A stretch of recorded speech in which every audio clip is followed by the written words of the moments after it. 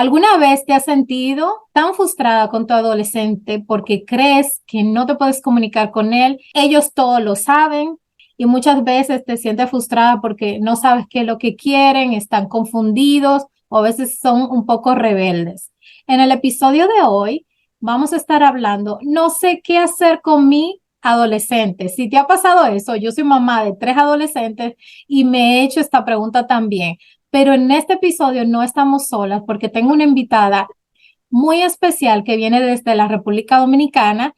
Su nombre es la licenciada Nancy Campuzano. Ella es psicóloga clínica, es técnico especialista en terapia e intervención familiar y sistemática. Ella va a estar contestando todas las preguntas que ustedes me han enviado y algunas que yo tengo para ella.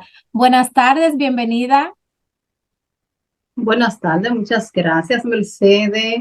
Para mí es un placer estar aquí respondiendo esas inquietudes que tienen acerca de los adolescentes, porque sé que es una etapa muy difícil y es una etapa donde siempre necesitamos ayuda para poder tener esas herramientas que nos faciliten una buena, ya sea comunicación o para saber cómo sobrellevar a nuestros adolescentes en esta etapa tan importante y con tantos cambios para ellos y para nosotros. Yo soy Nancy Campuzano, psicóloga clínica, también tengo una certificación en modificación de conducta, una certificación en terapia sexual y también tengo una certificación en terapia familiar sistémica. Estoy encantada de poder pasar este tiempo contigo como profesional, pero yo quiero conocer esa parte que la gente no ve de esa profesional. Yo quiero saber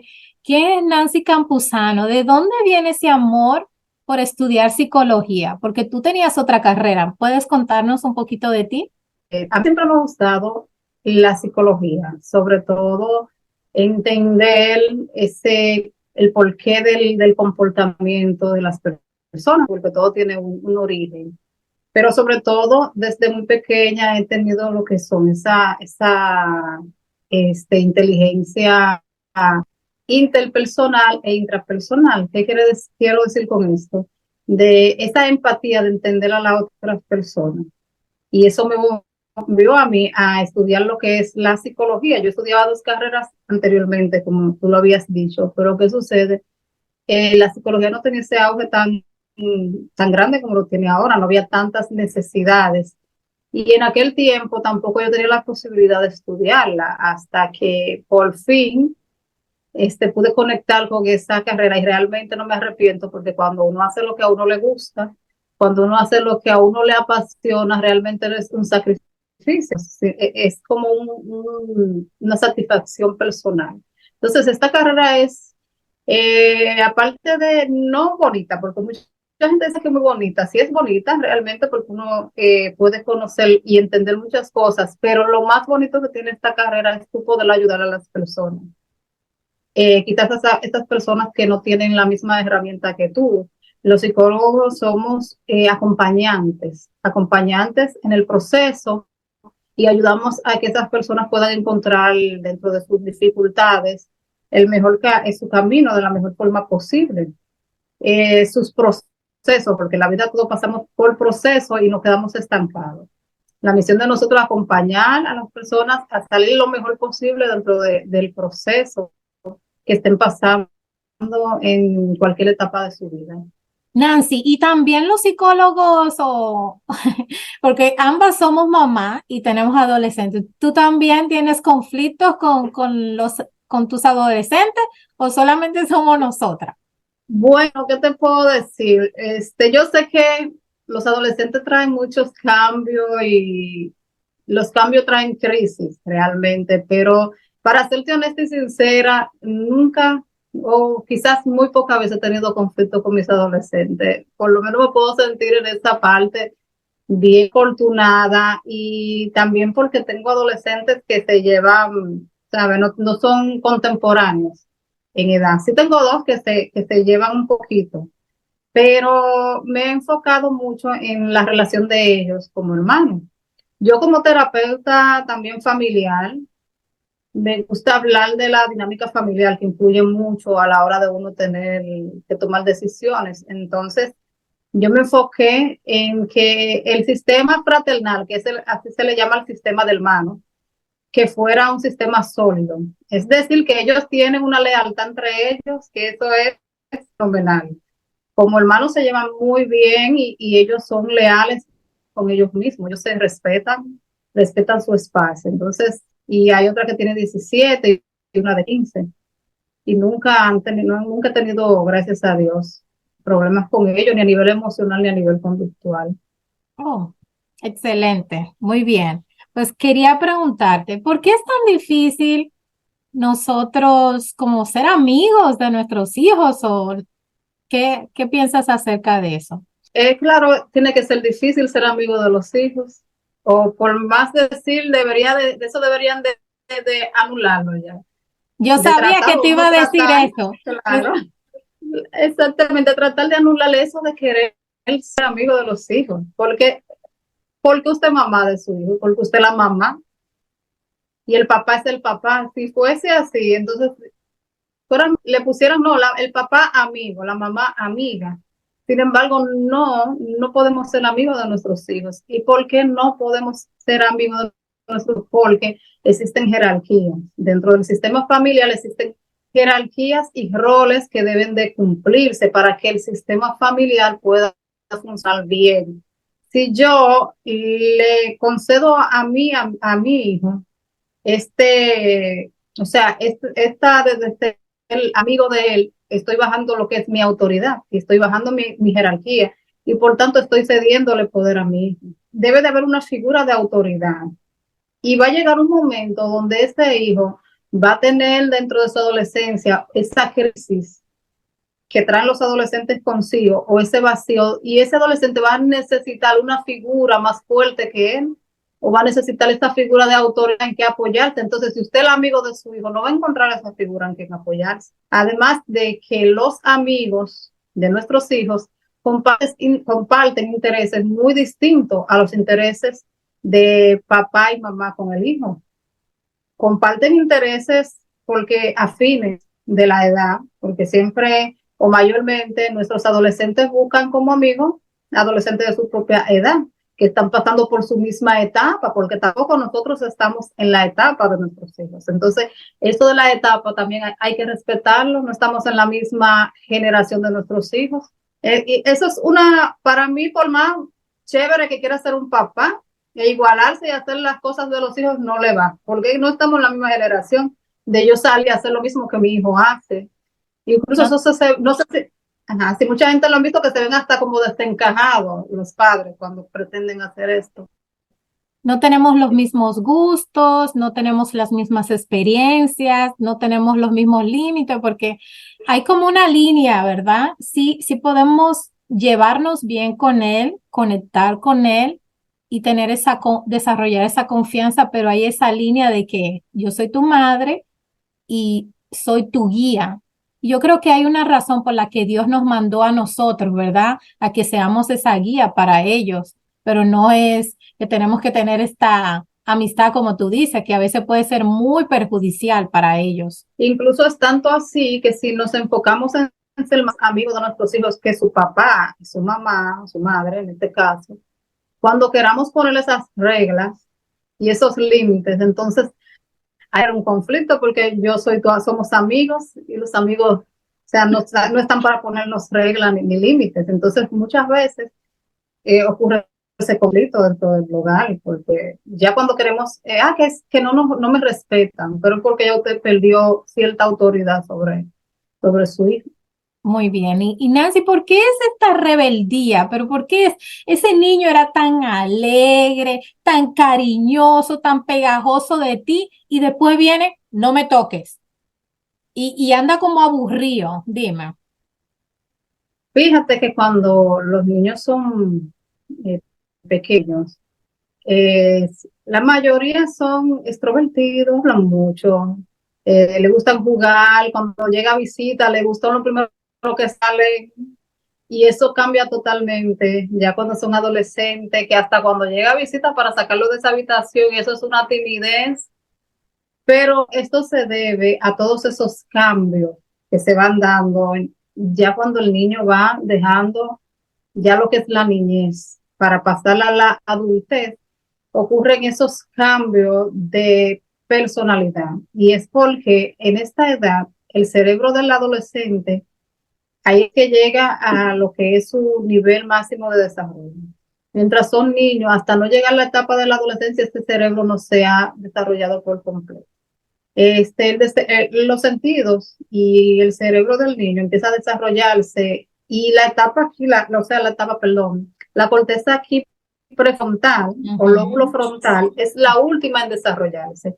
Y aquí en esta corteza lo que está la percepción, por eso yo no veo en el mundo como nosotros, aquí está la atención, está almacenada lo que es la memoria. Entonces, por eso, al ser la última en formarse y ahí se consolida lo que es la personalidad, el niño anda buscando esa autonomía, ese yo, esa identificación. Entonces, por eso esos cambios. Es que cuando son niños todavía su personalidad no está definida.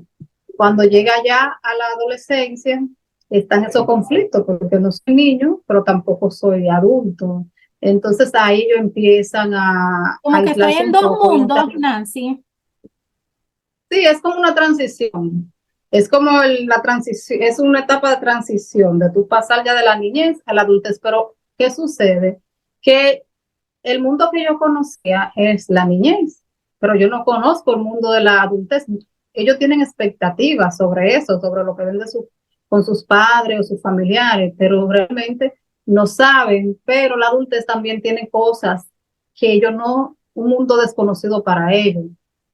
Intereses que en la etapa que ellos están no lo ven como significativo, porque imagínate que un niño, por ponerte un ejemplo, la lectura, poner un adolescente eso, a leer, eso es prácticamente un logro hoy en día, porque a ellos les gustan otras cosas más, que les dé placer, más placentero. Entonces, los compromisos que traen con la adultez, ellos quieren pasar la etapa, pero muchas veces esos compromisos y todo eso, todavía ellos no tienen esa lógica para ellos asimilarlo. Entonces también hay un miedo de lo que me espera cuando yo pase de la adolescencia a la adultez.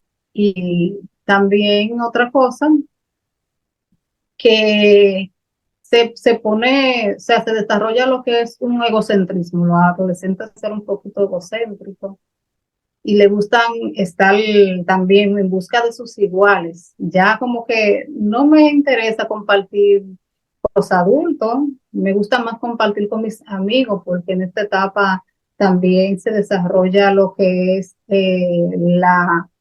la orientación sexual, esos intereses de estar más con las chicas, pendiente a los varones a las chicas y viceversa.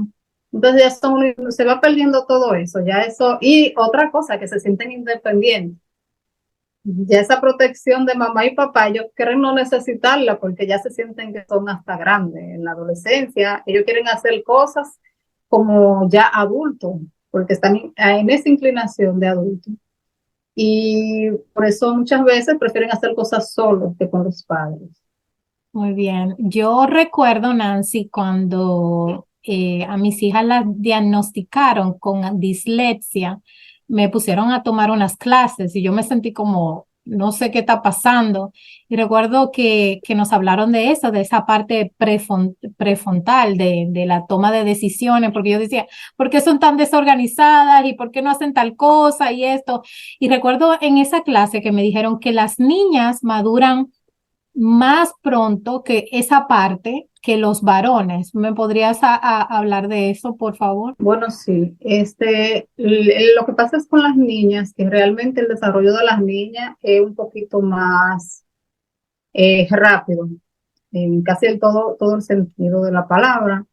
No sé si se han fijado el que tiene adolescente hembra y varón, que cuando son pequeñitos, las niñas siempre van más rápido en tamaño. Si tú tienes adolescentes más o menos similares de la misma edad, tú la ves como ya más el cuerpecito, el contorno, todo eso, las hormonas la ayudan también a desarrollarse más que los varones, pero es por el proceso biológico, pues, por el proceso de madurez de las niñas, porque, ¿sabes? Las niñas ya como tienen sus pechos y tienen una serie de características distintas al hombre, su desarrollo es un poquito más adelantado. Pero eso no quiere decir que los varones no lo sean. Va a llegar un momento de que cada quien va a adquirir y va a llegar a esa madurez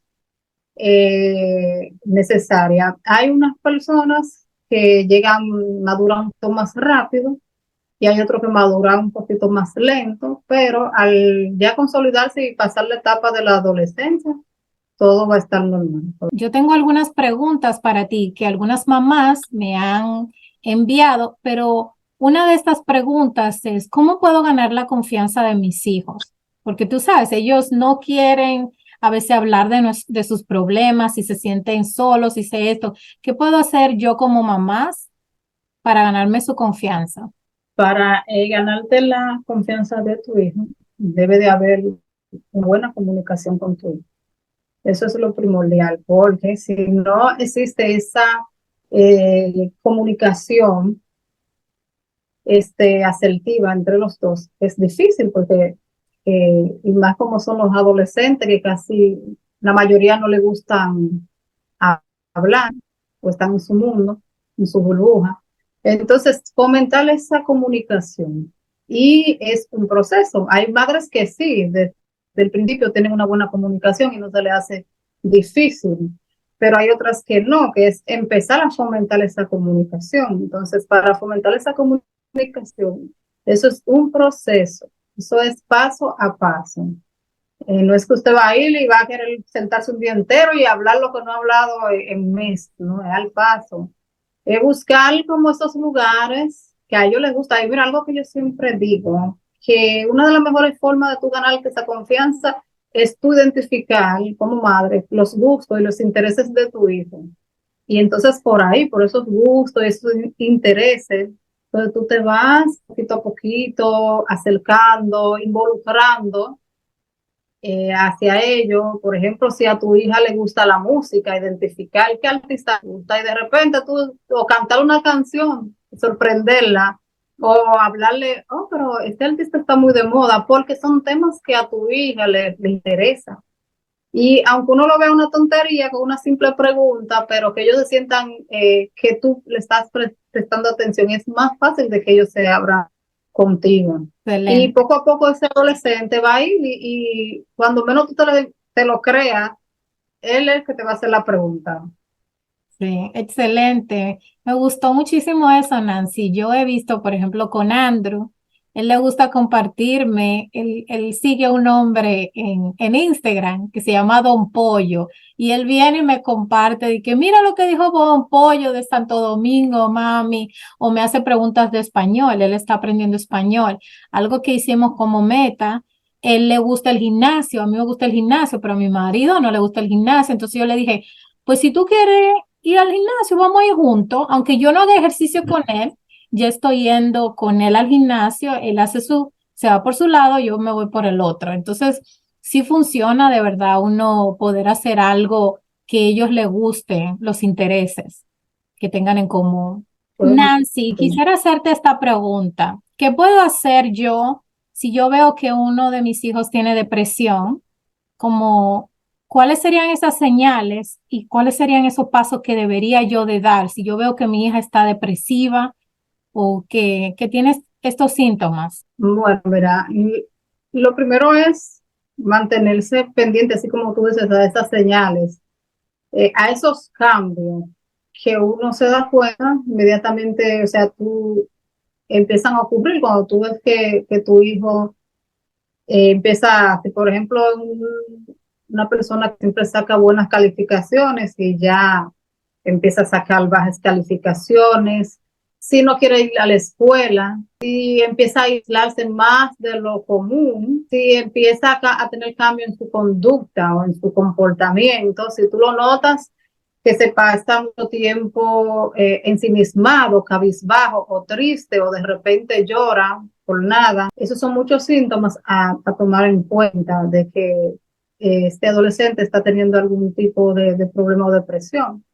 Inmediatamente tú identificas esos síntomas o esos cambios. Lo ideal sería buscar ayuda profesional, porque ya cuando, por ejemplo, hablamos de depresión, solamente un profesional que haga los debidas evaluaciones puede determinar si realmente el adolescente está pasando por un episodio de depresión. Entonces, ese profesional también puede determinar qué tipo de depresión es, si es solamente una distimia o si es una depresión ya mayor. Entonces, en base a eso, ese profesional te va a ayudar con el tratamiento de los síntomas. Pero sí es muy importante no quedarse de manos cruzadas, porque la depresión es un tema muy delicado y más en esta etapa que también es delicado.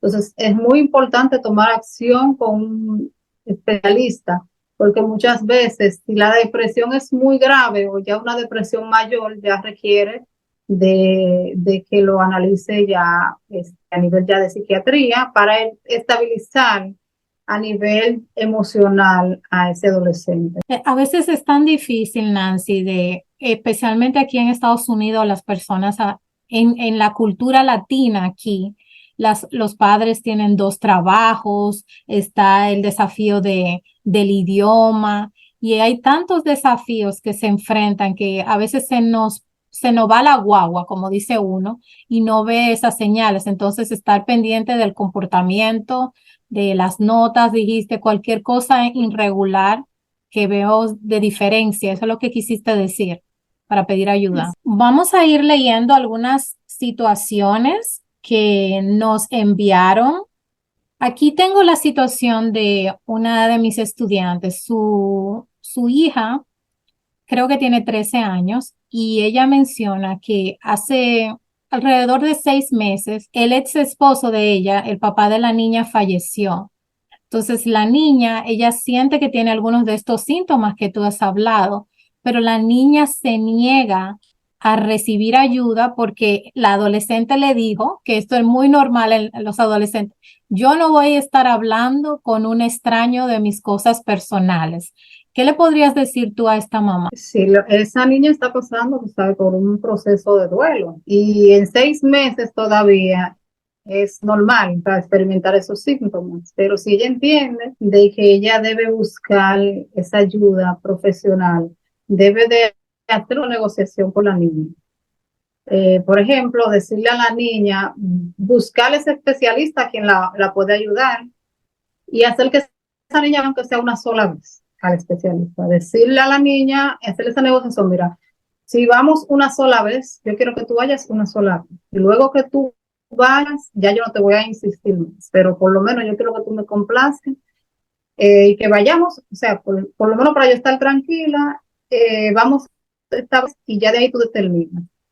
Y es muy importante hacerlo así, porque una vez ella vaya al especialista, es muy probable de que se siga trabajando, porque los especialistas saben cómo hacer esa lealtad con los adolescentes. Siempre mayor, eso pasa muy frecuente, nada más no con duelo, los adolescentes les gustan en esa etapa ir al psicólogo, pero cuando van por primera vez, uno se encarga de hacer o crear esa lealtad con ellos y hacer ese compromiso con ellos, porque realmente uno lo que le trabaja es el compromiso a ellos, de que es tu compromiso, es tu responsabilidad. Y como ya ellos están pasando esa transición adulta, cuando uno le delega a ellos este compromiso de lo que pueda pasar a ellos, créeme que van a seguir viendo. Y uno le dice por qué, que muchas veces le desmonta también muchas creencias acerca del psicólogo. Le desmontamos todas esas creencias de que al psicólogo no se va solamente porque está uno mal o porque ya uno no pueda, ¿no? Sino que va a ser un acompañamiento para que ella pase mejor su proceso. Y realmente si ella logra con una sola vez que ella logra llevarlo al terapeuta, y el terapeuta le sabe manejar adecuadamente con ese presente, ella va a seguir eh, asistiendo. Wow, Nancy, qué gran aportación, porque yo misma lo he visto en mi propia familia con una de mis hijas yo creo que sí hay que ir abordando y decir, mi amor, yo te amo, veo que estás pasando por esto y quiero ayudarte así con amor, diría yo, y lo que tú dijiste, que negociar con ella, aunque sea una sola vez, que ese es el primer pasito y celebrárselo, ¿verdad? Porque debe Claro, ser claro que sí. difícil como tú mencionaste, él tiene miedo de parecerse a un adulto, ¿verdad? Quizás como hablar con un adulto, uy, yo no soy adulto. Ellos quieren ser adultos, pero como que tienen ese miedo de hablar con ese extraño. Y me encantó lo que mencionaste, porque ese especialista tiene las herramientas para ayudarle, sabe cómo hablarle a su nivel, me imagino, ¿verdad? Sí, claro, entonces se le trabaja mucho a los adolescentes la empatía, porque sabes que una de las funciones del terapeuta es como ponerse en el lugar del otro y no hay mejor cosa cuando una persona encuentra a alguien que te entienda y que te comprenda y que tú siendo adolescente que un adulto pueda llegar a tu mismo nivel y tú sentirte comprendido por esa persona. Muchas veces ellos son los que esperan que lleguen la consulta con ansia, déjame decirte, cuando se le trabaja esta parte a los adolescentes, no creas que no es tan difícil realmente. Cuando el adolescente uno lo hace, ese compromiso, ellos ponen de su parte, eso es lo más chulo, como digo yo, trabajar con ellos, porque son personas que tienen muchas cosas que darle a uno. También uno termina aprendiendo cosas de ellos y eso es bastante interesante trabajar con ellos en esa etapa. Excelente, excelente. Vamos a leer la siguiente pregunta. Aquí viene un desafío que tenemos todos los padres, los electrónicos. Esta pregunta viene desde Miami. Ella tiene una hija de 10 años y dice, ¿cómo puede este manejo del control con el celular? ¿Cómo hacer esto? ¿Cuál es técnica o algún consejo que tú tengas para trabajar esto de los electrónicos?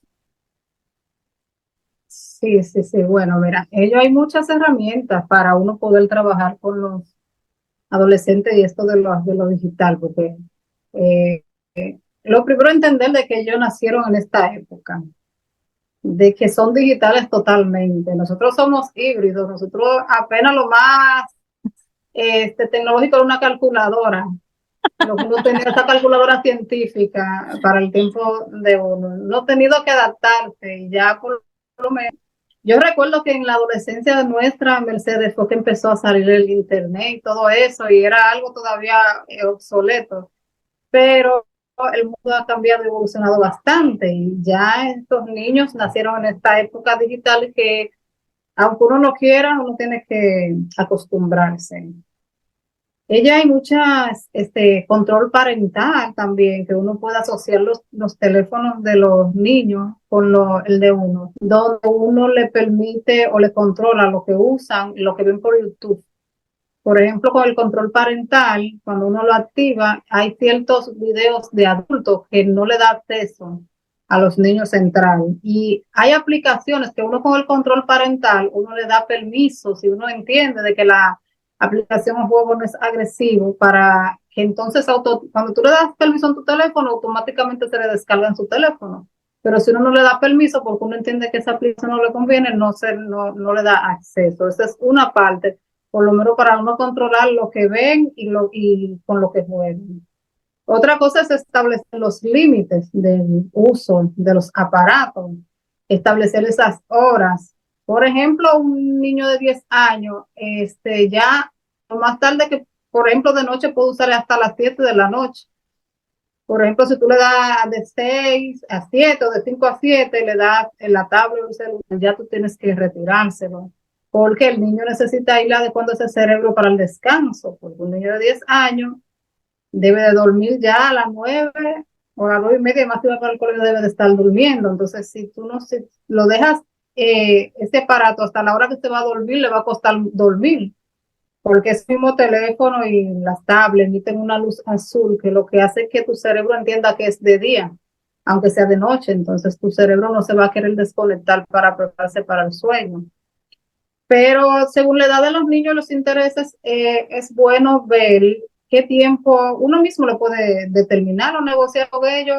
Si son más grandecitos, qué tiempo pueden estar en esta tablet, pero también hay que buscar otras actividades de que podamos mantenerlo ocupado si no queremos que esté con estos aparatitos, tratar de buscar juegos de mesa, juegos educativos, tratar de inscribirlos en actividades, voleibol, ballet, natación, dependiendo de nuestras posibilidades. que en ese transcurso del tiempo no estén solamente metidos en la tableta, que ellos puedan desarrollar o también sacarle un parque al aire libre, a correr, a jugar pelota. Pero eso uno lo puede determinar uno. Entonces, si uno pone esos límites y esas reglas y uno la mantiene, porque muchas veces la terminamos rompiendo porque no hacen una rabieta o quizás porque no tenemos tiempo para estar explicando, estamos en otra cosa, entonces rompemos esas reglas y luego preguntamos por qué se nos hace tan difícil. Es solo establecer ese límite, que ahora yo quiero, que yo entiendo y buscar otras actividades y tratar de, si usted puso una regla, mantenerla y no romperla. Muy de acuerdo. Algo que funciona en mi casa, Nancy, bueno, aquí en la iglesia que yo asisto, hace muchos entrenamientos, pero recuerdo en una charla que vi un futbolista muy famoso que fue adoptado, que no era ni siquiera hijo de esa familia, sino que fue adoptado y pusieron reglas en esa familia. Dijeron, bueno, tú vas a ser miembro de la familia. En mi casa se hace esta regla. Algo que hacían sus padres era como que tenían una canasta y a cierta hora en la noche todo el mundo tenía que entregar, aunque tú seas de 17 años.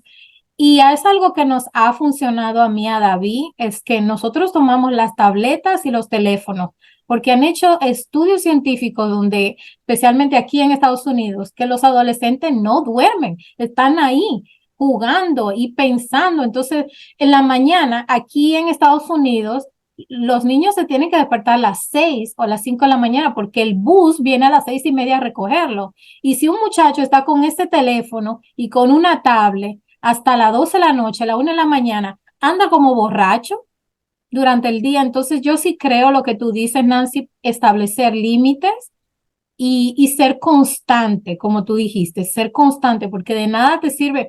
Vamos a tener una regla y ya después viene el fin de semana, te desacataste, ¿verdad que sí? Exactamente, no hay que mantenerlo. Si pusimos esas reglas, es mantenerla. Y mira, es como tú dices, el celular tiene, aunque uno no la ve, pero la luz que está interior del celular es una luz azul que se utiliza para simularte que es de día, para que tu cerebro te mantenga concentrado al aparato. Entonces, a las 12 de la noche, cuando un adolescente suelte el teléfono, aunque lo suelte, no se le va a hacer fácil conciliar el sueño, va a tener que durar 1 o 2 horas para poderse dormir, porque hay un ritual para el sueño, hay un ritual porque el cerebro son hábitos que automáticamente el cerebro entiende a la hora de irse a dormir.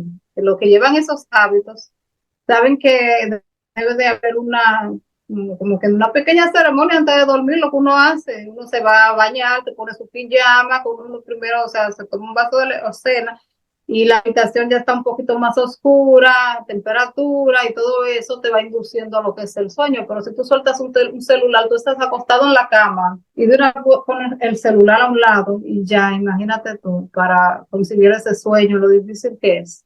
Y la Cuando el mente, cerebro todavía cree que es de día. la Exactamente. mente así, Eso le genera mucha ansiedad a los adolescentes, mucha ansiedad por culpa de y mucha dependencia de estos aparatos electrónicos. y que está afectando muchísimo a nuestras adolescentes, Nancy, en su autoestima, porque vemos en las redes sociales, que yo sé que eso es un tema, otro tema, pero vemos una cosa y decimos, ay, mi vida debería de ser así y todo eso, y comenzamos a compararnos y a creer esa realidad, que es una mentira. Ellos por un minuto te están diciendo una cosa, pero puede ser que sea todo lo contrario detrás. Y lo digo desde mi propia experiencia, que hago videos de YouTube, solo muestro lo que yo quiero. No voy a mostrar esas otras cosas que quizás la gente dirá, oh, mi vida es perfecta, pero no es así, somos seres humanos, ¿verdad?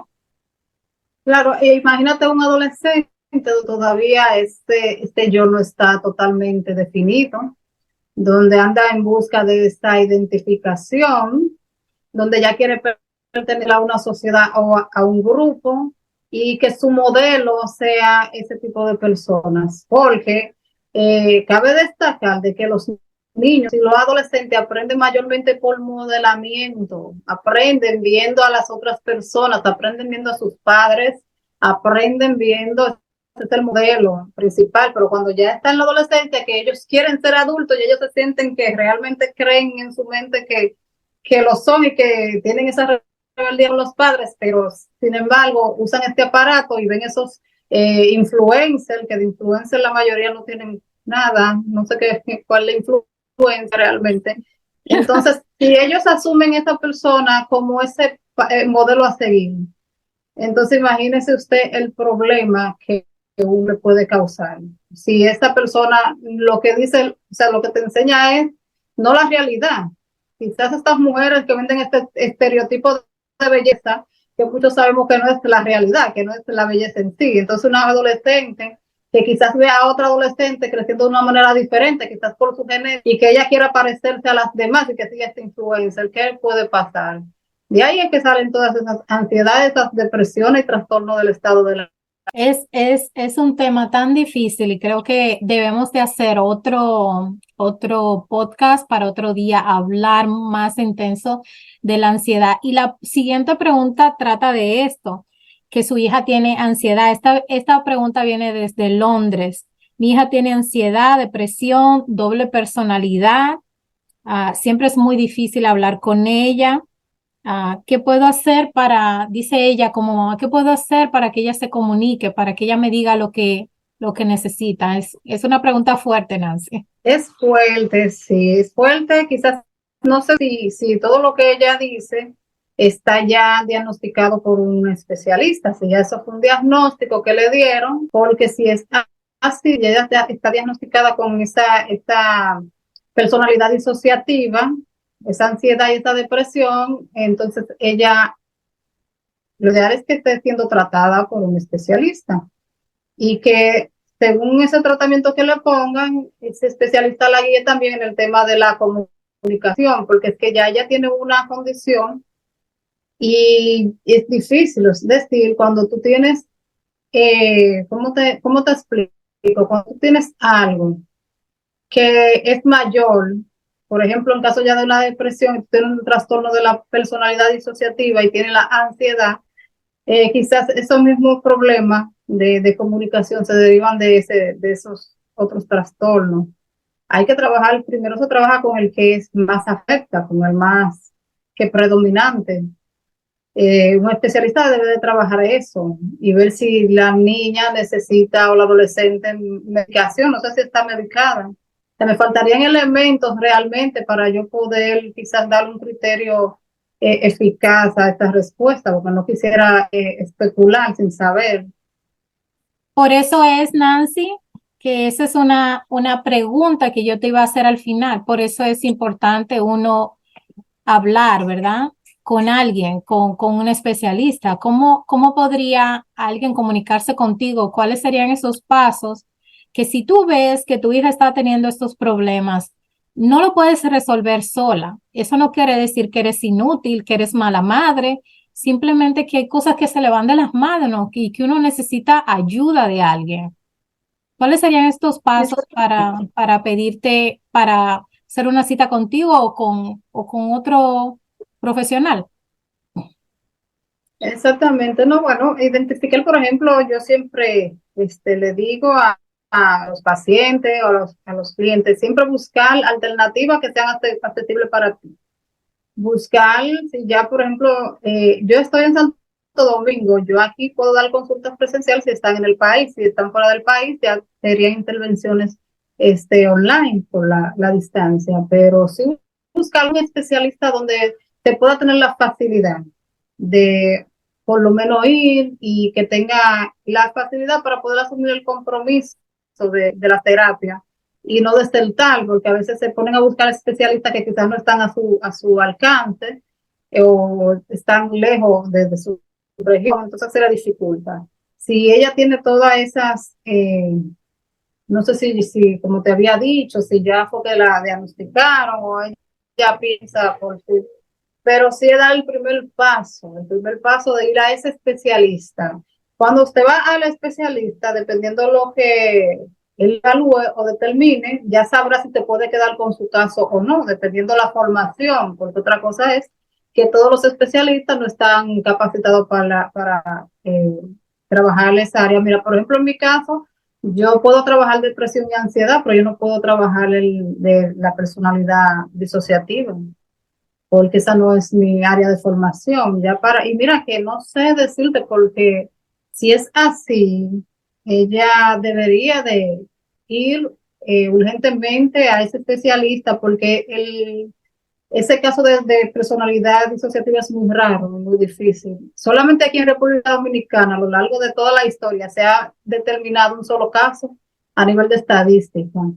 Es decir, que los casos de personalidad múltiple no son muy comunes, no son muy frecuentes. Ok.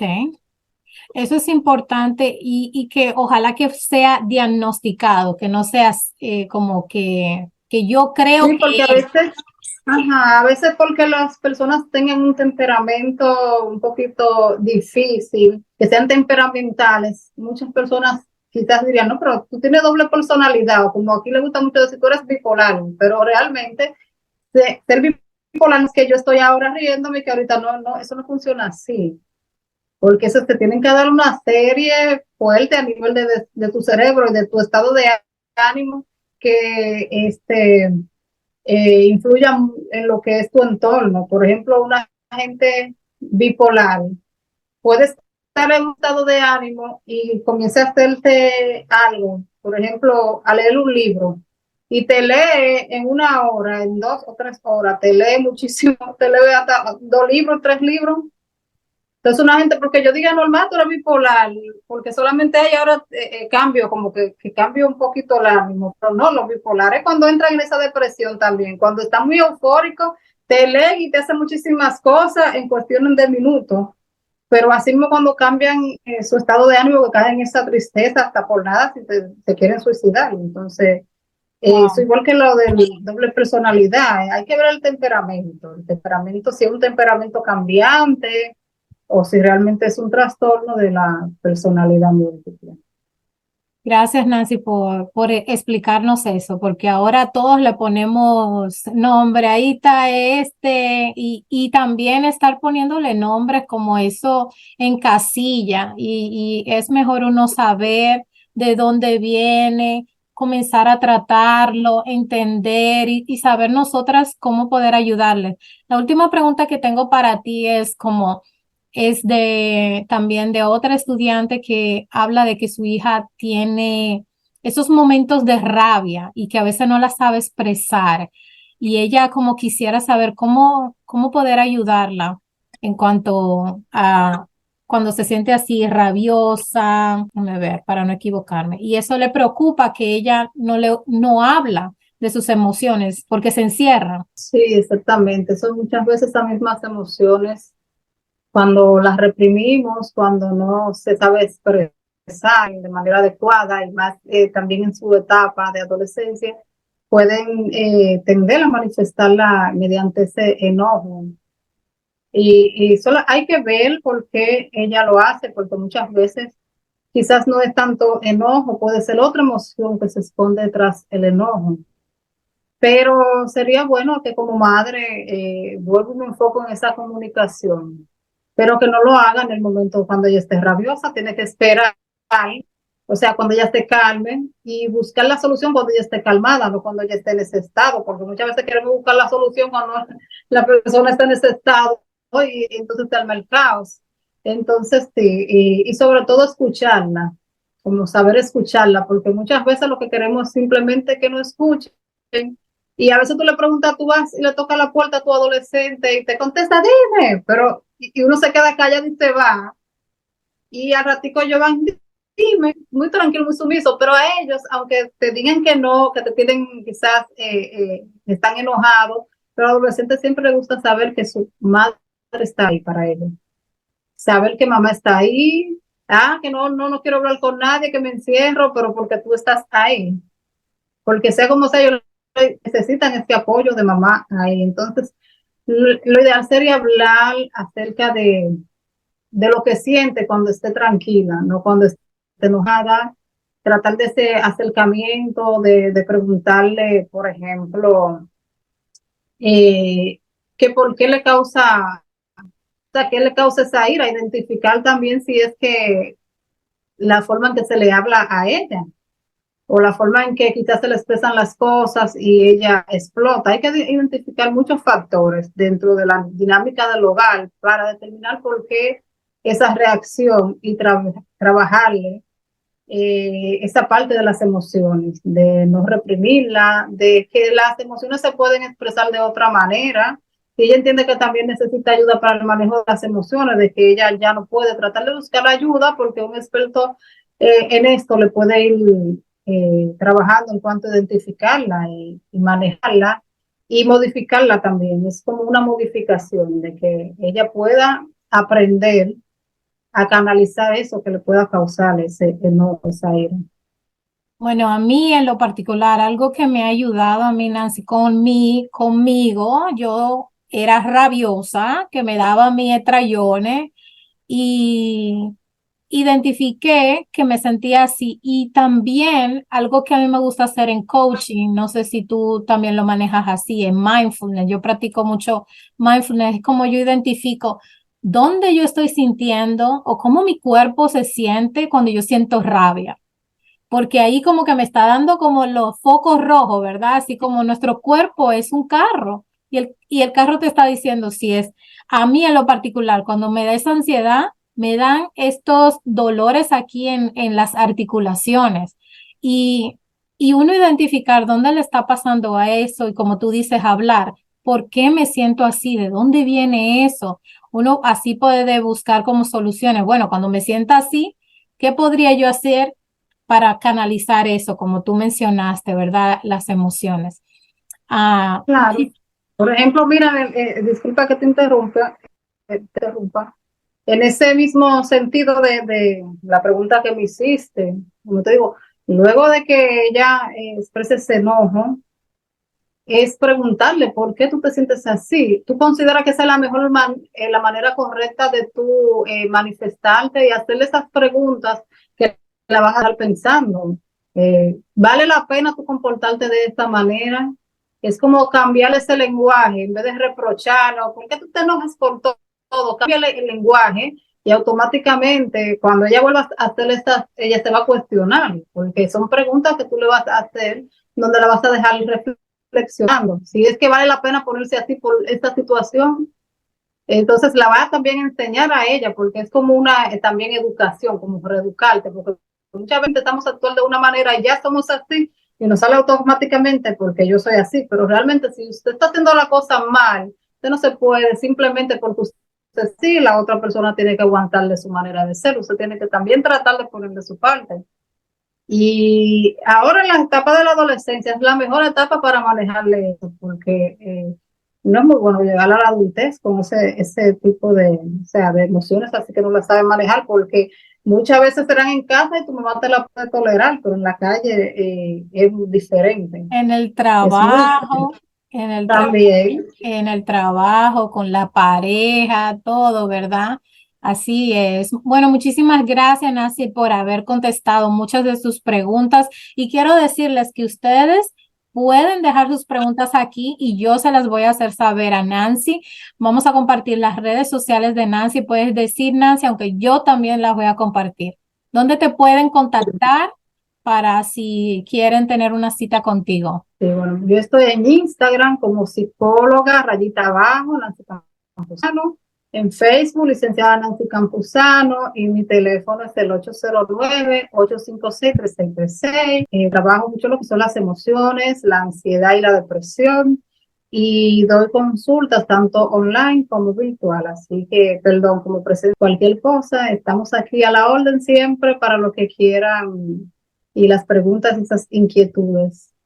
Excelente. Muchísimas gracias por este tiempo que tienes aquí. Ya saben que pueden suscribirse al canal, seguir a Nancy en sus redes sociales y muy agradecida con tu tiempo, Nancy, con toda tu sabiduría y con todo lo que nos has compartido hoy. No, el placer es mío y más de brindarle a ustedes este tiempo. Para mí eso es una satisfacción muy grande de poder estar contestando esas inquietudes que a veces se nos hace difícil entenderlas así solamente buscando esas informaciones. Muchísimas gracias a todos y hasta el nuevo episodio. Que tengan un feliz día.